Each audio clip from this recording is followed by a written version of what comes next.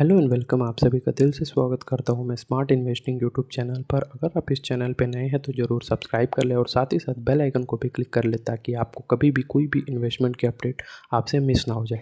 अगर आपको वीडियो अच्छी लगती है तो ज़रूर लाइक करें और शेयर करें आपके फ्रेंड्स एंड फैमिली को, और कमेंट करके बताइए क्या आगे आपको कौन सी वीडियो या फिर स्टॉक के ऊपर न्यूज़ या फिर वीडियो चाहिए। ठीक है, तो अब हम लोग बढ़ते हैं इस वीडियो की कम्युनिकेशन के ऊपर। तो इस वीडियो में हम लोग कवर करने वाले हैं टाटा एलेक्सी।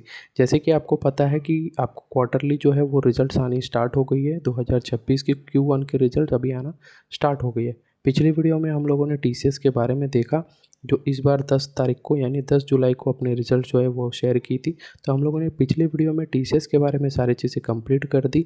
अभी हम लोग बात करेंगे टाटा एलेक्सी, और इसी दिन यानी 10 तारीख को ही ये देखा जाए तो इरेडा, जो इरेडा स्टॉक है ना, वो भी अपनी जो शेयर है वो उसकी जो Q1 के रिजल्ट्स है वो प्रोवाइड की है। तो अब हम लोग अगले वीडियो में हम लोग इरेडा के बारे में भी जानेंगे। उसमें बहुत ही इंटरेस्टिंग एक चीज़ हुई है, तो हम लोग उस वीडियो में डिस्कस करेंगे।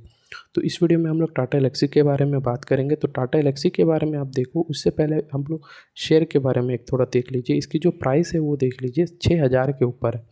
तो बहुत सारे रिटेलर्स होते हैं क्या, वो प्राइस देख के ही इन्वेस्ट करते हैं, जिसके कारण क्या होता है कि वो लोग शेयर खरीद नहीं पाते हैं। 6,000 की एक शेयर मिल रही है, उससे अच्छा है कि हम लोग छोटे छोटे जो 20 या 30 रुपए की रहती है वैसे स्टॉक हम लोग बल्क में ख़रीद लें। तो ये माइंडसेट जो है ये बहुत ही ख़राब है। ठीक है, तो अभी हम लोग को इस शेयर की या फिर यूँ कह सकते हो टाटा एलेक्सी की हम लोग Q1 के रिजल्ट्स हम लोग देखेंगे। तो यहाँ आप देख सकते हो audited result, financial results for जून 30, मतलब Q1 की रिजल्ट है किसकी, टाटा एलेक्सी की। तो यहाँ पर आप देख सकते हो इसमें कोई डिविडेंड या ऐसी चीज़ें कभी नहीं मिली है, तो यहाँ पर अभी उसकी वैसे क्यू न्यूज़ तो नहीं है। तो अब हम लोग देख लेते हैं इसके फाइनेंशियल्स। तो फाइनेंशियल्स में हम लोग देखेंगे कंसोलिडेटेड ऑडिटेड रिजल्ट। ठीक है, तो यहाँ पर आप देखोगे इनकम फ्रॉम ऑपरेशंस देखिए आप 89,000 है, यानी टोटल आप ऑपरेशंस देखोगे तो 93,000। ये पूरी जो अमाउंट है वो लैक्स में है। आप ये चीज़ ध्यान दीजिएगा।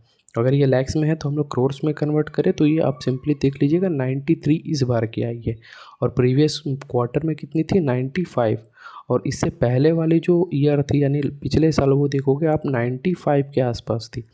तो इस हिसाब से क्या है कि ये तो घटी है, मतलब एक ये इस बार क्या है कि क्वार्टरली पिछले ईयर से कंपेयर करें तो घटी है, और पिछले क्वार्टर से भी कंपेयर करें तो वो घटी है।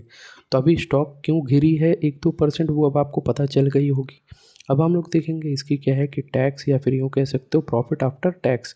ठीक है, तो ये यहाँ पर ये देख सकते हो net profit for the period, यहाँ पर आप देखिए 14 के आसपास है। ठीक है, 14 करोड़ के आसपास है, और पिछले क्वार्टर में आप देखोगे कि 17 करोड़ के आसपास थी, और पिछले ईयर में देखोगे तो आप 18 करोड़ के आसपास में थी। तो इससे क्या समझ में आ रहा है कि ओवरऑल क्या है कि जो रिजल्ट है या प्रॉफिट है वो बहुत ही ज़्यादा ड्रास्टिकली घटी है, टोटल 4 करोड़ के आसपास घटी है, और पिछले क्वार्टर के साथ कंपेयर करेंगे तो 3 करोड़ के आसपास घटी है। अब यही सेम चीज़ क्या है कि अपनी अर्निंग पर शेयर के हिसाब से इफेक्ट होती है। तो अभी आप देखोगे ये अर्निंग पर शेयर क्यों इंपॉर्टेंट होती है। देखिए आपने जो 6,000 जो है स्टॉक में इन्वेस्ट किया ना, तो ये इन्वेस्ट करने के बदले में आपको क्या मिल रहा है, अर्निंग पर शेयर। जो आपने शेयर है उसके बदले में आपको क्या अर्निंग हो रही है वो इंपॉर्टेंट है। मतलब अगर आप 6,000 इन्वेस्ट करते हो तो आपके शेयर के बदले में कितनी यहाँ पर बढ़ी है, 23.18।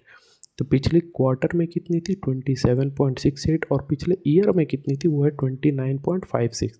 मतलब जो पिछले साल में आपको जो रिटर्न मिली थी इस बार आपको थोड़ी कम मिलेगी। ठीक है, तो ये चीज़ आपको ध्यान देना है। ठीक है, तो ये तो हो गई हमारी फाइनेंशियल ओवरऑल, आपको समझ में आ गया होगा क्या नहीं क्या करना है। अब हम लोग देख लेते हैं इसकी थोड़ी सी रिटर्न ऑन इक्विटी। अगर आप कंटिन्यूअसली इसमें इन्वेस्ट करके या फिर लॉन्ग टर्म के लिए रखोगे, जो कि हमारी चैनल की मकसद भी है, तो आप उसमें देखोगे तो ये जो कंसिस्टेंटली ये रिटर्न दे रही है 34%, 34, 3 साल में भी 34, लास्ट ईयर पिछले 1 साल में भी ऑलमोस्ट 30% के आसपास है। तो इससे हमें क्या समझ में आ रही है, प्राइस 6,000 की है बट रिटर्न देखा जाए तो एकदम कंसिस्टेंट है, और इसके अगर आप चार्ट पैटर्न भी देखोगे तो बहुत ही बेहतर दिखेगी आपको।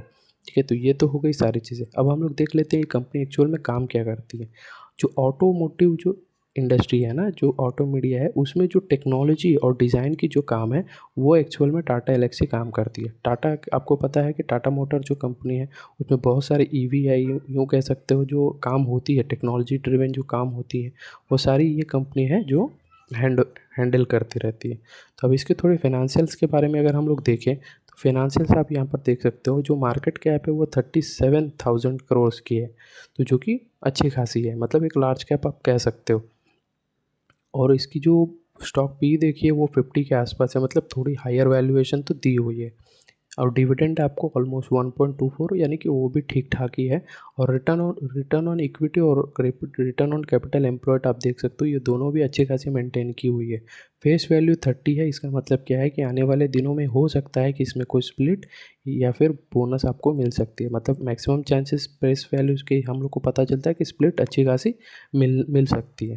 ठीक है, तो ये सारी चीज़ें आपको थोड़ी ध्यान देनी है। और ये तो मैंने आपको बता ही दिया है कि क्यों ये स्टॉक जो है ऑलमोस्ट 1% 2% के आसपास गिरी, फिर वो ऑलमोस्ट आधा परसेंट यानी 51.59 के आसपास आके रुक गई है। ठीक है, तो ये चीज़ें आपको समझ में आ गई होगी।